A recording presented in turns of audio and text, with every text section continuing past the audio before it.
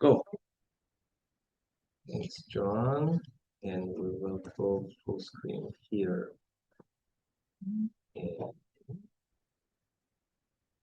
let's do it. Okay. So today I'm presenting the paper ties merging. So this paper's kind of on a simpler concept, but I'm kind of interested in this multimodal models and how to kind of merge them together, existing like pre-trained models. So this paper is called Ties Merging, Resolving Inference When Merging Models. So I think one motivation for models like this is we have these different ways of combining informations and I guess thought paradigms on different tasks. So here we have three kind of different paradigms, which is multitask, multi-view, and multimodal learning. So multitask learning is where we have one model that we train to do multiple tasks at once. So as you can kind of see on the right-hand side in the top image, we might have one model that works on maybe one input source and tries to do maybe three different things like classify what type of scene we're looking at, or maybe object detection in an image, or maybe this model will also output some kind of segmentation mask. And why would you want to do this in one model versus just training three separate models to do this? Some people have like constraints on compute resources and things like that.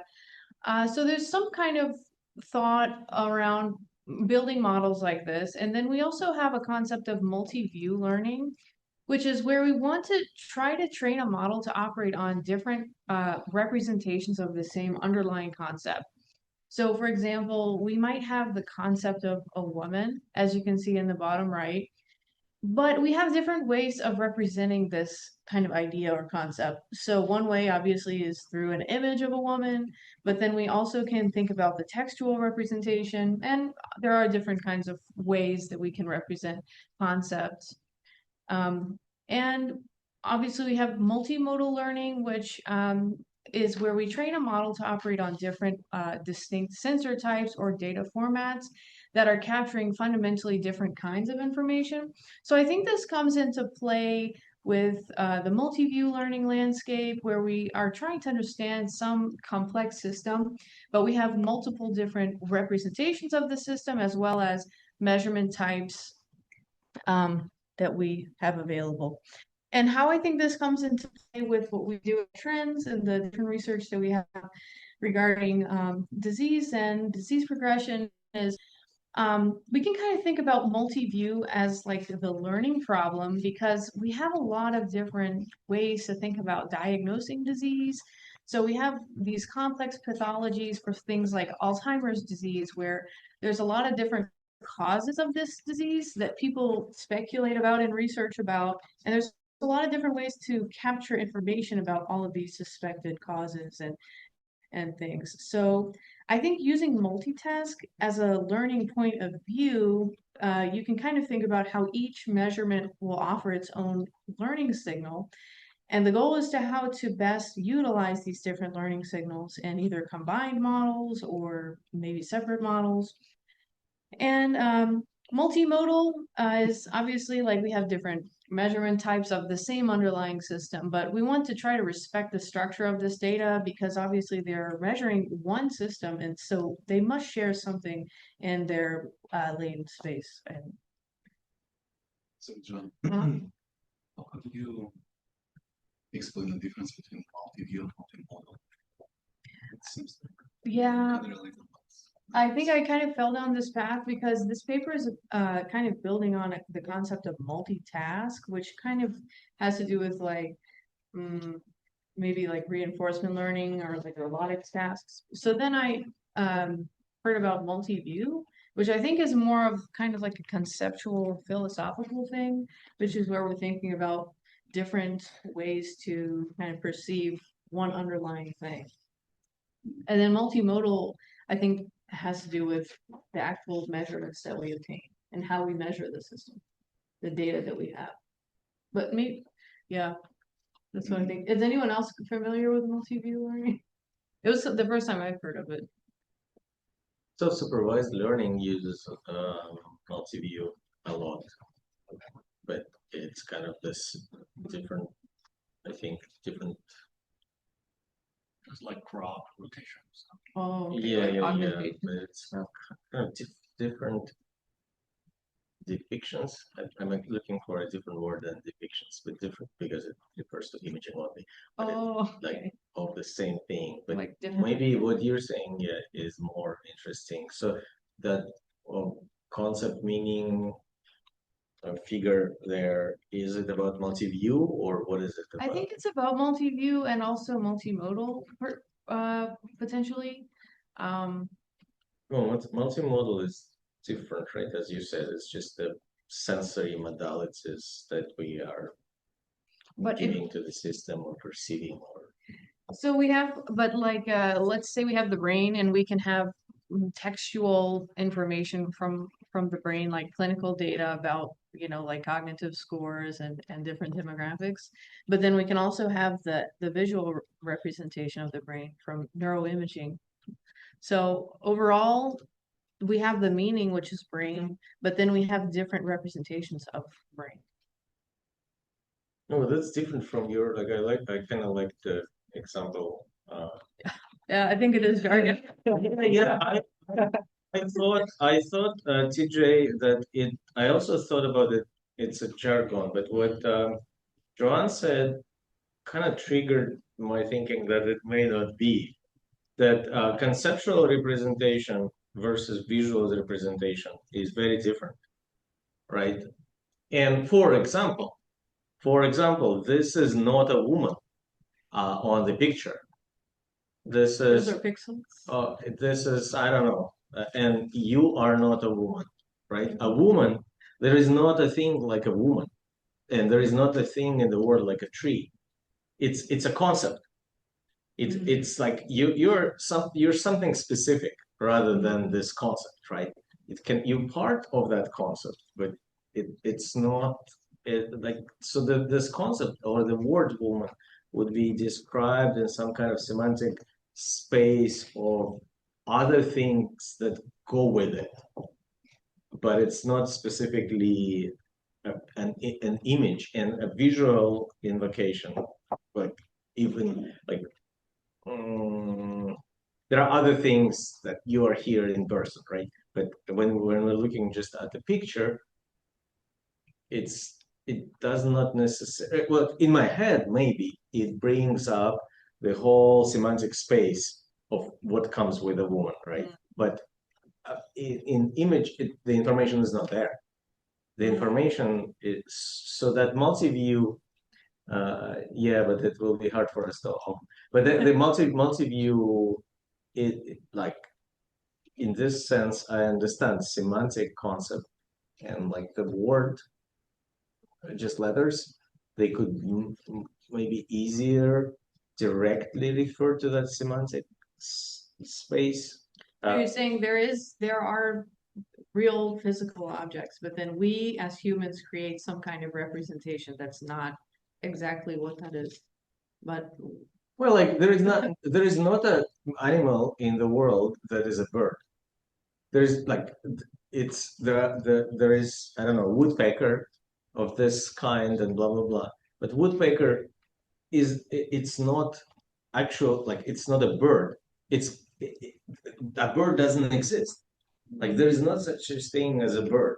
We just looked at all those animals and like, oh, there's some sameness in them. And that sameness we call a bird. But like, oh, okay, well then all of them are a bird. But when you draw like you can only draw a bird is something that has a beak, wings, and but it's not like every animal like and the same about tree. A tree doesn't exist, right? It only exists in the concept space. oh, okay, it's like a category that we've. It's a category we discovered, I guess. Yeah. Okay. So far, multimodal learning. But multimodal is actually what you measure. Data structure, compatibility, right? It's an issue. It doesn't sound like there's much data structure compatibility issue in multitask learning, though. Because how do you know if the concept is not going to merge? No, multitask is easy though. It's the different tasks that the model is trained to do. It's completely unrelated to this modalities or views. Oh, I was still thinking of It's the more about more about the output of the model. What is it trained to do? Like they can create the same model can be trained from the same modality to do different tasks, like segmentation, classification, describe in words, count number of pixels, blah blah blah. Those are different tasks, but the inputs will be only images all the time. So tasks is sort of multitask is on the output of the model. Like I don't know how much we digress from. And I don't know if TJ you want to talk about that PDF that you shared or this link to MIT. Yeah, no, this is just coming out of Chris Roselle's group. Melissa Connor did a lot of work actually in multi-view learning. Specifically, they framed it as like a 3D representation from 2D projections. So a bunch of pictures of planes essentially and trying to recreate that in a 3D sense. So basically trying to take multiple images or different phases of that plane and try to represent it into a larger dimension. That's like kind of the way that I was Nerf and thinking. Gaussian splatting kind of stuff. It's yeah, that solves the problem immediately. But this is just work that was done 3 or 4 years ago, and so I know Gaussian splats are the whole new thing. So yeah. Mm-hmm. Yeah, thanks. Interesting. Yeah. All right. Yeah, does anyone have anything to add? All right. So yeah, I don't know. I was kind of maybe I'm conflating these three things, but I think if it's possible to maybe combine them in a way to use like techniques from multitask learning to try to understand the interestingness about different multimodal data and how they can complement each other. And so this is just a concept that's kind of used in this paper. So we're probably all familiar with pre-trained models, which are just models that are previously trained on large, diverse data sets to perform specific tasks. So then we can just freeze the weights and use them out of the box to do things, or we can fine tune these models to specific tasks. So one model that we have that's kind of like a foundation model is the brain LM. So an example of pre-training that, well, that's a pre-trained model, but we could like maybe fine tune that to do a different task, maybe operate on SMRI data or DWI. I don't know if anyone's tried that, but that's kind of an example. And of fine-tuning models. So fine-tuned models are pre-trained models that are further trained on specific data sets to improve their performance on specific tasks. So what some people do is they will fine-tune a pre-trained model, and then they'll take the fine-tuned weights and subtract them from the pre-trained weights. And this gives you something called a task vector, which is essentially everything that the fine-tuned model has learned. So this encapsulates everything, the additional ability of the fine-tuned model. So some people refer to these also as the delta weights, but that's what this paper is operating on when they refer to the task vectors. And just another. You said it reverse. From the fine-tuned, you subtract pre-trained, and then it makes sense. You said from pre-trained, subtract fine-tuned. Yeah. The words are correct here. Yes. So after we do the fine-tuning, the pre-trained weights have been adjusted, and we have a new weight set, and we'll take the fine-tuned weights and subtract the pre-trained. Yeah, then what is remaining is what was added. So, yes, yes. And one more thing that they kind of discussed in this paper is parameter efficient fine-tuning, and which is where you only train a small number of additional parameters while keeping the base model frozen. And they use something called IA3, which is one method of doing this parameter efficient fine-tuning. So when you have these, let's say you have like a base model and then do some fine-tuning on specific tasks. The goal is maybe if you have all of these different task-specific models that were trained off of a base model to merge these in some kind of way after the fact. And how we do that is using these delta weights or task vectors. And if they're merged successfully, then you can kind of create this multitask / multimodal model while avoiding this kind of joint multitask training. Now, some of the challenges though in merging is that, first of all, during fine tuning, most of the changes that are made to the weights are very small, and most of them are actually not meaningful. So they found like 80 to 90% of the parameters are redundant during the fine tuning. And another thing is when we're combining these weights, like the change in the task vectors can be in opposing directions that cause them to cancel out. So when you're combining with the redundant weights, that can actually degrade performance, as well as when the parameters are in opposite directions, it can also cause degradation in performance. And they did a little bit of an analysis of this. You can see in figure 3, where they're looking at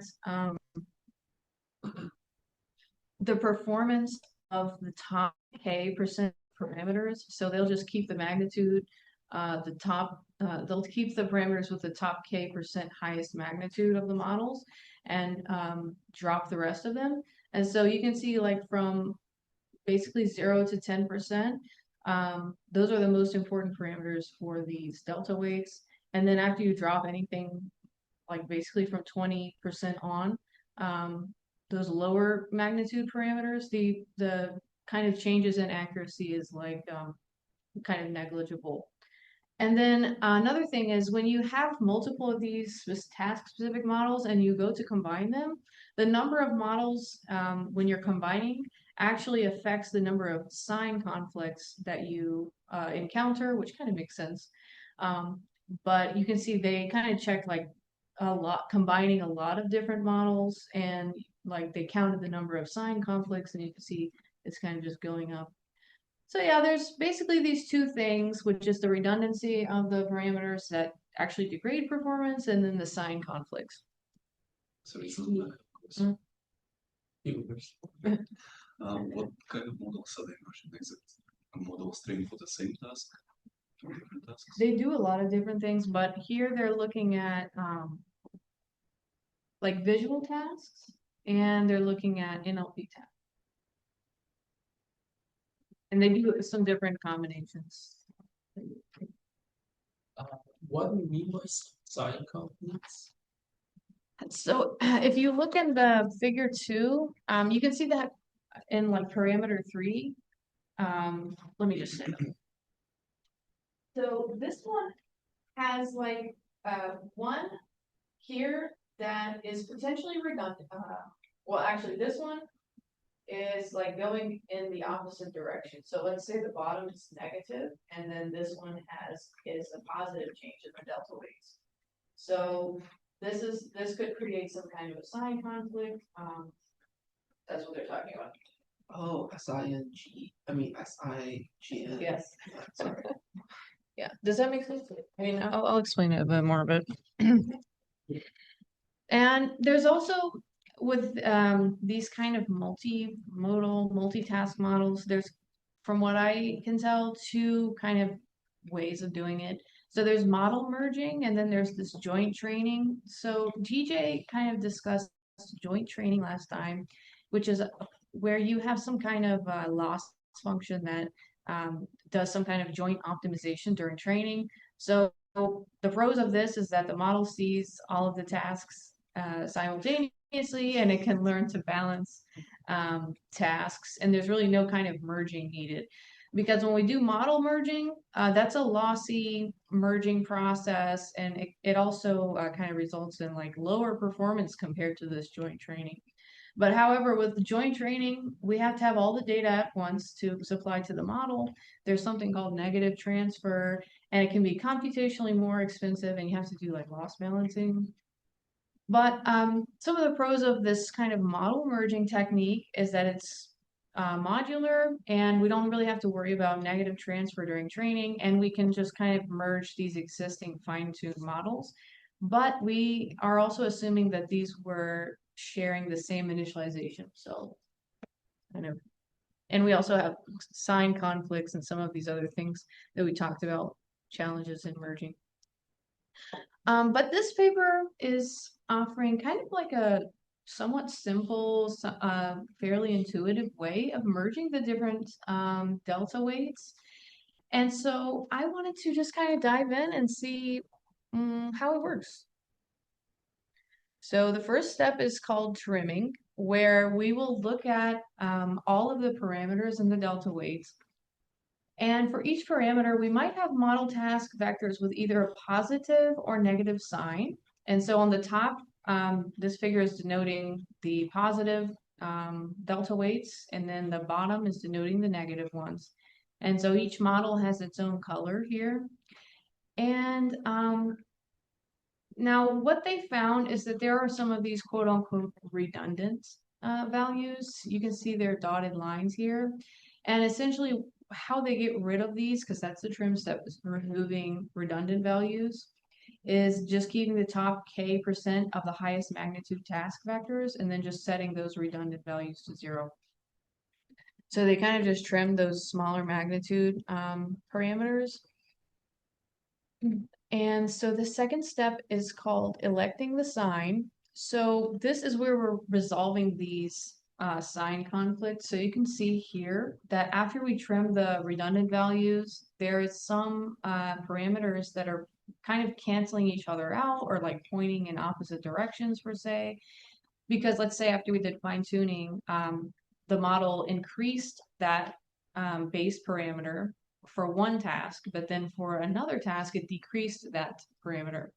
So we need to resolve the sign conflict. So essentially what they do is they just take the highest magnitude sign, the highest magnitude parameter sign as the sign to use, and then they just make this sign vector of positive and negative directions. And then from there, they just remove any parameters that don't align with the sign vector. And then they average the remaining ones. And they're doing this with a like disjoint mean, which means like if we remove this parameter, the pink one for parameter 4, then we have 2 parameters remaining. So we just add those together and divide by 2. And then this gives us this remaining task vector here. And this is just referred to as the merged task vector. So then, you know, like we just said, for each remaining parameter value, we take the mean, ignoring the values that are set to 0. And then once the new task vector is created, they scale it by this thing called a merging coefficient factor, lambda, which is some hyperparameter that they multiply this vector by to scale it before adding to the model. So they kind of play with this value a bit and just kind of see how it affects the performance. So essentially, once they have this task vector, they can just add this back to the base model, the pre-trained model, and that's the merged model. Okay, does anybody have any questions so far? I feel like I'm going fast. So this is some of the experiments that they did. They just compared to simple averaging of these delta weights between models, which is where they just, you know, add them up and take the average. And then they compared with something called Fisher merging, which is where it weights each parameter by how important it is to the task. So they have to have access to like the output of the model. And then reg mean is another thing that they tested it against, where it finds the merged weight to keep the layer activations as close to each model activations.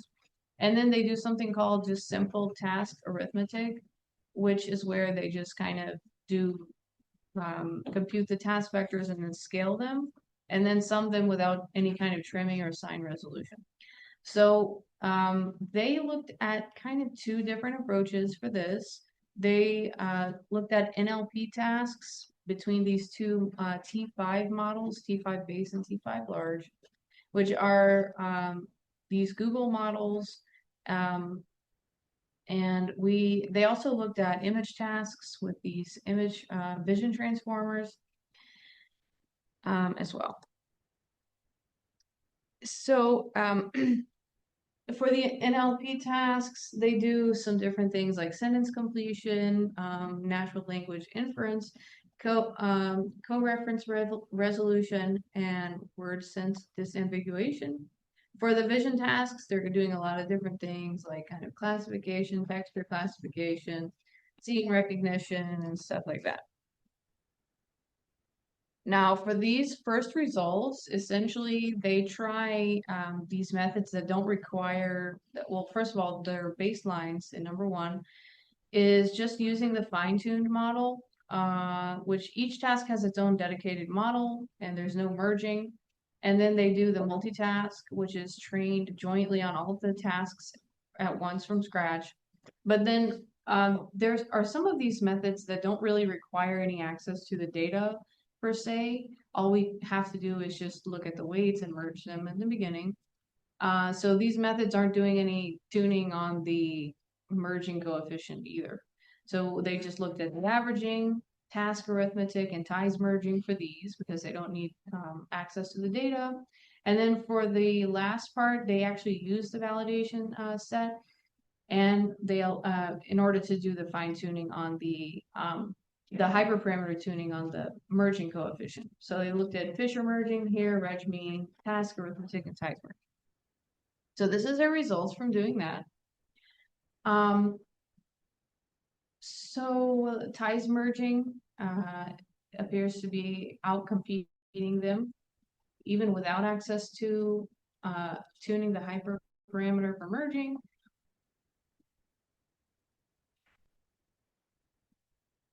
And another kind of experiment that they tested with this merging strategy was they tested, okay, so they trained their NLP models and merged them, and then they wanted to see how they would generalize the different tasks that they had never seen before. So they, first of all, they tried just using the zero shot as a baseline, which is basically they just take the pre-trained model and they don't do any kind of fine tuning. But kind of the motivation for this test is that their ties merged models should generalize to new tasks well. And they also compared this to simple averaging and Fisher, reg mean, and the task arithmetic. So basically these simple averaging and task arithmetic are very score. And however, there is like a slight improvement here with the data dependent methods like Fisher and reg mean. And you can kind of see that ties is also performing pretty well on this task. And then, okay, now we're merging different numbers of tasks in this experiment. So I think they wanted to see how their method and other methods would scale with trying multiple different numbers of tasks. So they just kind of observed across the board that as the number of tasks increases, the performance drops as well. But they kind of found that with ties and the task arithmetic, the kind of effect of different number of tasks merged kind of didn't affect them as much. And they also wanted to test their method on, this is kind of something that has been referred to in other papers as model soups, which is where they will take 10 different checkpoints, all trained on the same task, and merge them at that one checkpoint. And their kind of motivation for doing this is that it might show that, well, the sign resolution should matter less because when you're merging at the same checkpoint, the models tend to be pointing in similar directions. So they did this and they tried 10 fine-tuned BERT models for 3 glue tasks. And so this is some kind of NLP tasks. And so ties was still winning on these tasks. Yes. And they also tried ensembling models, which task also was better than. No error bars, no Yeah. And so So they also wanted to try using some of their merged models as an initialization point for further training. So what they did is they took some of these, they took some some BERT models that they fine-tuned on 8 different kind of tasks, and then they merged these together and then used that merged model as a point of initialization and fine-tuned it on another task. So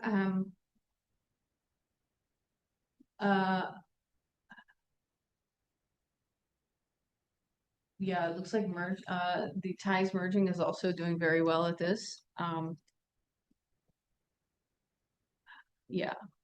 Some other things that they checked out were what is the importance of removing these redundant parameters? Because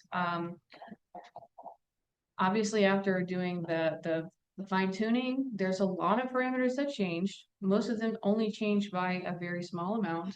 And so that means most of these parameters have a very small magnitude.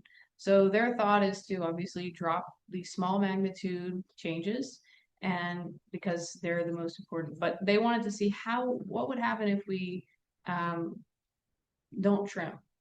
So they split all the parameters into 3 groups. The redundant parameters, which are the bottom 80% trimmed to 0. And those influential for exactly 1 model, and then those influential for more than 1 model. And so they compared this merging with and without trimming. So it looks like the trimming and the merging with this disjoint mean strategy really seems to, let's see, capture more of the high magnitude parameters. They also looked at resolving the sign interference, and they kind of just found that without this sign election, a lot of the parameters are getting dragged closer to 0, because if we don't remove parameters that are kind of not agreeing with the overall sign that we've elected, they are kind of canceling each other out and going to 0. So we're losing a lot of that important high magnitude information. So that's one cool thing about their approach. And here they're kind of looking at this phenomenon that they've observed, which is that only a small percentage of parameters are very important to model training in these scenarios. So here they took the top percentages of the highest magnitude delta weights and flipped the signs of this like parameter efficient fine-tuned models, and then they added those back to the base model. So sometimes they flip the sign on these very important parameters, and they do this with like an increasing probability of flipping the sign, and they do this across a range of different percentages of parameters. And they found that the direction of the top parameters are very important to the model performance, and more frequent sign flipping led to some catastrophic performance issues. And obviously, like you can see from the dotted lines, those are the bottom percent of the model parameters, which are the smallest magnitude parameters in the delta weights. And when you flip the sign, it's not really affecting model performance that much. So that kind of brings me to the end of this paper. It was overall kind of a smaller paper, but it's just something I'm interested in maybe trying in some of my work. But overall, I think ties merging, those simple and somewhat intuitive, it kind of seems to perform fairly well. So maybe that's kind of like Occam's razor, like the most simplest approaches sometimes work the best. And so another kind of open question, I guess, for these types of works is why do these model parameter entanglements exist, and how can we better understand the relationships of these? And I think another caveat again is that still these methods of kind of merging these fine-tuned models after the fact tend to lag in performance when compared to the joint training strategies. Did they actually compare their results and such? No, they didn't in this paper, from what I found. But yes, so that's it for me. Does anyone have any questions? Yeah, I actually have a question Mhm. for you and Sergey. Uh, the idea seems pretty simple, doing a sparsification and making decisions based on directions and meaningful, those top K directions and updating the weights. So my question is that what makes this paper a NeurIPS paper, huge amount of experiments, because the idea seems really simple. But the NeurIPS papers, expect to, I think these ideas have already been there for federated learning, but yeah, what makes it novel? I probably at the time that this came out, because when I started looking into this task based learning, I think it was a hot topic for some reason. So that might be part of why it was an Arab's paper. I think it's from like 2023-ish. Oh, actually, yeah, there's that's an interesting observation. There is some like some social engineering in getting published at conferences, right? It's people, program committee forming the pool. They're also looking at okay, we will have a session on blah, right, on the popular topic, and it was a popular topic, but you still have to go through reviewers, and for reviewers, well, for reviewers it's harder. I don't know. Reviewers have to understand what you're doing. So, and if you're doing something novel, they will not understand.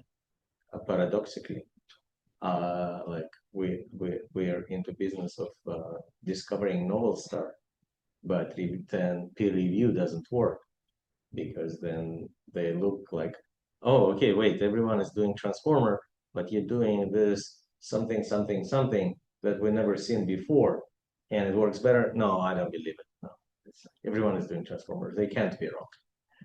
And so there's that paradox kind of thing. That, yeah, and then if you're bringing something, it becomes easier to publish something trivial and clear with some Slight benefit, like, but easy to explain benefit. Okay, we've done tons of experiments and we are 0.1% better, but we're not showing you error bars, right? We just like no error bars here, and the improvement is very close to what was before.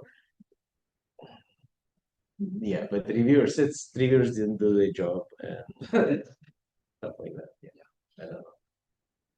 I mean, yeah, like for example, also NeurIPS became a giant with huge variance in quality of accepted papers and quality of submitted papers. Because of that, it's quite low. Like I was looking at 17 papers in my batch for ICML. The quality is much better. Like about 6, I would think, are good papers, but out of 17, and even the ones that are bad, they're better in general than Nereus. But yeah, since 2023. no, that now No. 2026. So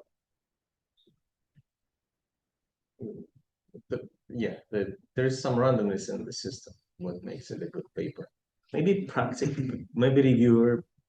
They got lucky with reviewers who appreciate the result, who don't know statistics, and you know, like there is another problem with not knowing the statistics and stuff. PhD students, not even senior PhD students, are forced, not just asked in the pool, but forced to review because there is not enough reviewers. Number of submissions, I don't know, in the tens of thousands. So like ECCV and ICIP, right, made all of the authors to be reviewers as well. And sometimes a paper ends up with all students reviewing that paper. And if by luck those students are just starting students, they don't have experience yet, perspective. And some, like I've seen good papers be asked trivial questions. Like the paper introduces an interesting idea, but the question is, what you didn't compare blah blah blah with something everyone is comparing, like a trivial stuff, and all four reviewers are just like, yeah, reject. And like, hey guys, there is like very interesting idea there. Yeah, but then we can only, because of 30,000 submissions, we can only accept, you know, first top 10, 20%, and then you have to cut papers, and that's a reason to cut a paper. But why this got published? We've discussed many papers in this reading group over the years that call for that question. Well, maybe it's like one of those simpler methods that are based on calculating basically the difference between weights. It actually works better than just Yeah, like they compared with tons of stuff, right? Like you had a slide with Fisher averaging this and this and this. They compared with a lot of other methods. The method doesn't have to be complicated. It needs to work.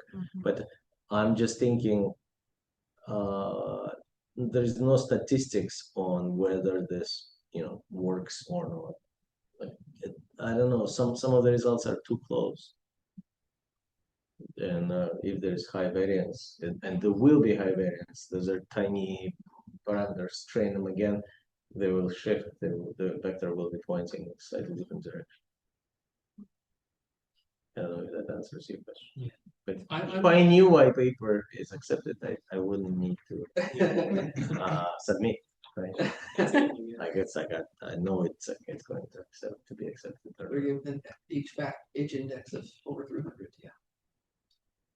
For I don't have an H index over 300. No, I said you would. I would have, yeah. Well, I heard from a friend that there's commercial companies reaching out. Do you want to hire H index? We will like just pay to us. We will increase your H index by cross-citing you in other papers and stuff. So it's like, how far are you willing to go? It's just, yeah. What's the point? I mean, is it that's why we're here to, you know. Are there any other choice words that they use in this paper that would? I always feel like there's choice words that. I mean, the key categories. Are there any choice words they use in this paper? Publication. What do you mean? Oh, yeah, I think one kind of buzzword that was popular at this time was like the task, multitask learning. That was kind of a popular field for But they're not learning doing together. multitasking. Yeah. Right? I mean, Let's talk about the quality did better, right? No, I'm just kidding. But okay, interesting. Yeah, multitask learning, I guess. yeah, but what model you're learning. referring to, I think, is more of a face control, of like friend or foe kind of thing. But that's what I mean by reviewers. Reviewers read, like there's a wave or meme wave going, and everyone is reading the same papers.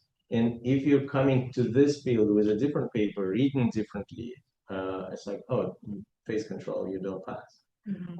But if you're like, yeah, you have to be, you know, one of the meme parts to be pushed. But another comment is getting a paper published doesn't mean that it's going to be cited. That's yeah. And sometimes it's reverse, right? Papers that would never publish get a lot of citations because they, yeah. I'm not sure if that machine translation paper, but now was ever published. They were having trouble, but maybe it was the seek-to-seek learning to translate. I forgot the exact name. What's the paper called? I'm gonna check the citation count on it. It's been 3 years, right? So 20, like 10 years. 10. You said 2013. Oh, you're talking about my paper? Yeah, This this- one? yeah. Oh, this one, no. Yeah, it's called Yeah, ties merging. Let's see. ties merging. Yeah, ties merging. Yeah. I'm talking about a different paper. Yeah. Neural machine translation by jointly learning to align and translate. Yes. Oh no, it published as a conference paper at iClear, but I think it was way before 2015. Oh, it's- Did you look up this paper, Jordan? yeah. I'm it's- sure it is highly cited because I think it's like Yeah. it's like a very simple method that people can understand well, and it works. So I think that's part of why it became popular. So how many citations? I missed that. Oh wait, this is there's a lot that ties merging as their opening, apparently. Oh, like there is a link in reading group channel. Oh, that, sorry. So I was using those colors. Yes, yes, yes. Okay, John. So on this slide, it's like model 1, model 2, model 3. Yes. 3 different models trained for the same task. No, they're trained for different tasks. It's just, I see that the last thing, merge task vector, and it seems like it's a single vector. So, I'm sorry, what did you say? so this last thing on the right, merge task vector, it looks like a single vector for task extracted from those 3 inputs. Yes. So it's they're trained for the same task, then it's like I think each model is trained for a different Very task, popular. but then you merge them maybe to do some other target task. 826. Maybe you have you'll have a multitask model, so maybe you have one model that's trained for image, like themes classifications. Maybe you have one that does segmentation. So if you want to merge them together, you could have one model that does both essentially. One or maybe both, or either one separately. Yes, TJ, we found it. But a question. The paper was cited 826 times. But another thing to be citable is people should be able to grab the idea and use it. Mhm. So maybe this is a simple idea, very easy to try, and people are trying it, Mhm. even as a baseline, as a straw man baseline. Mhm. Maybe it doesn't work, but who cares? It's published. So when we compare against it, we get credit that we beat a real model, and it's easy to implement. Mhm. Like that could be a reason as well. So we need to think about that as well when we publish papers. Give the code to people to easy, even beat our model. You're not creating stuff to stand unbeatable because you hit the code. I mean, Yeah. not for that reason. Yeah, I saw some other papers that compare to this ties merging stuff. So I did too. I got kind of you did? lost because they have that first segment in most of their papers too, which is interesting. But I don't think they're also doing.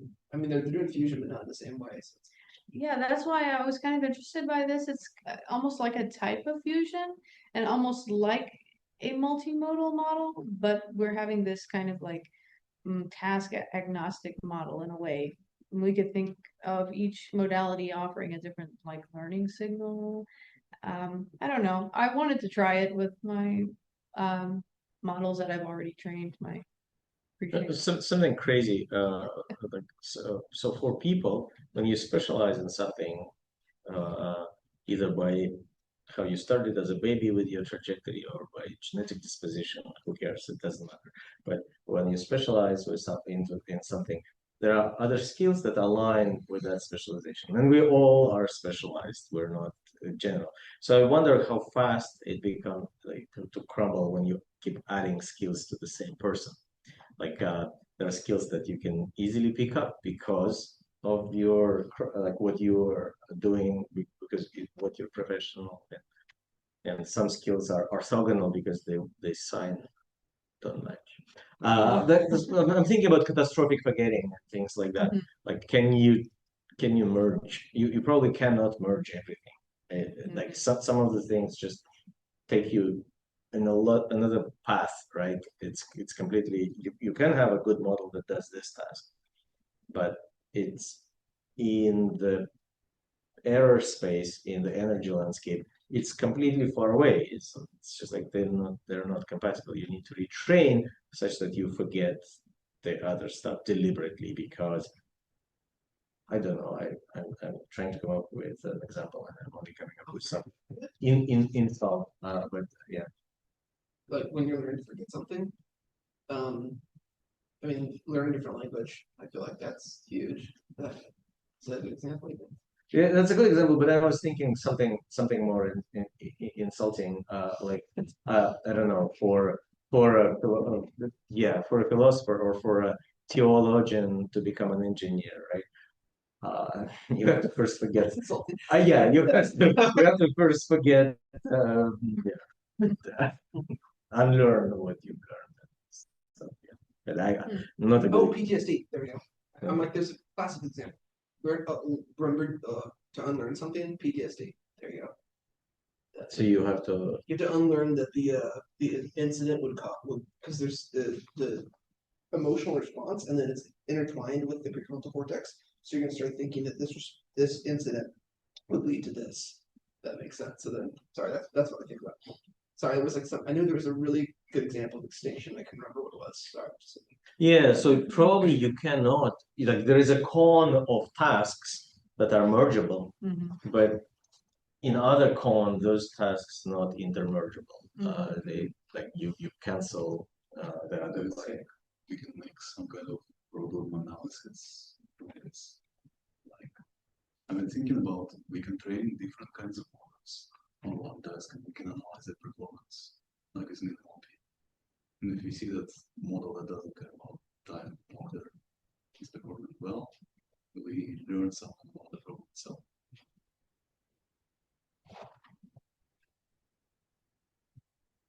Yeah, that sounds like boosting. Well, I guess boosting is more applicational. It's aiming to get a better performance. Yeah, this is more about discovery, about research or finding out stuff about the data. Yeah, like Holy Grail is look at the data and say for sure that this model do well on this data. That's not what Pavel's suggesting. Pavel's suggesting is like let's look at all the model, how they perform on that data, and then we'll know something about this data because we know the structure of the models. The field is going in a different direction. Take a large Borg, with tons of parameters that does everything, and we don't know how the model works. You just want to get the result to be good. Well, sort of we know how the model works, but yeah, we want a universal model despite. Anyways, that was interesting, and yes, a simple idea that maybe because sometimes people are reasonable that okay, there is a simple idea that performs as well as other ideas, then we'll start using it. But people who cite Pavel's paper for mean MLP where exactly this simple model outperforms or performs on par with it. They don't compare with his model. They cite his paper and compare with other models that he compared with. But probably comparing, well, I've seen 3 citations already like that. They withhold comparison from your model. And his paper is called Simple but Tough to Beat Model. Well, just because they don't look good against that simple model. Even if that model is not as good, can you go back to the table? Any table. But like you have a very simple model, like much simpler model that gives you 73.5, and your model gets, yeah, you beat that model, but hey, come on, this model is much simpler, like way simpler, and then you don't look good. So that's kind of, yeah, you don't want your model look embarrassing. But thankfully, they cite the paper still instead of like, oh no, we just ignore it. It's just too dangerous. They're like enjoying on criticizing. I'm kind of thinking maybe they're using our whole things because we have all those models there. Yeah. But then honestly, they had to compare with your model as well. But they don't. Code base as well. This is a simple model to implement without the code, but if you give the code, it also helps citations. So it's all anthropology. I mean, the more I look at it, it's more of anthropology than anything. The paper will be cited, noticed, or anything. Anthropology and some luck, or I don't know. Or working at Google. Well, but that's kind of sociology. Not working at Google, but being well connected in a sense that hey, you tell everyone this is the paper I'm working on. This is like anticipated. Give it to everyone. My collaborator Chris Jordan in University of South Carolina. What they do, they have tool called the tool, but they know it's applicable in different places. So they call like that's how they came to Brain Shop as well. They reached out, like, hey, look, we took your Brain Shop code base and we put our Niview. With Niview, it's more working faster and looking better. So they just go and build into other people's tools themselves. They go through the effort, and then of course people accept the work and cite and proliferate.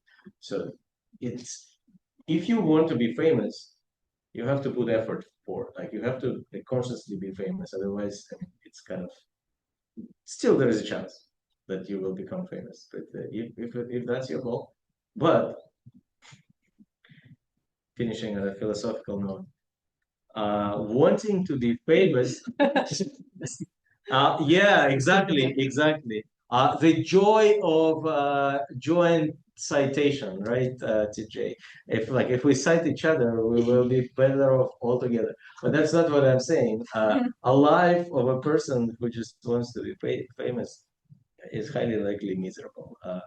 Yeah. So be careful. Know what you actually want. Okay, sorry people online. Thanks for watching to this point, and I hope you will not be miserable after this paper. Yes, happy Friday. Thanks people who connected. Talk to you later. Stop recording.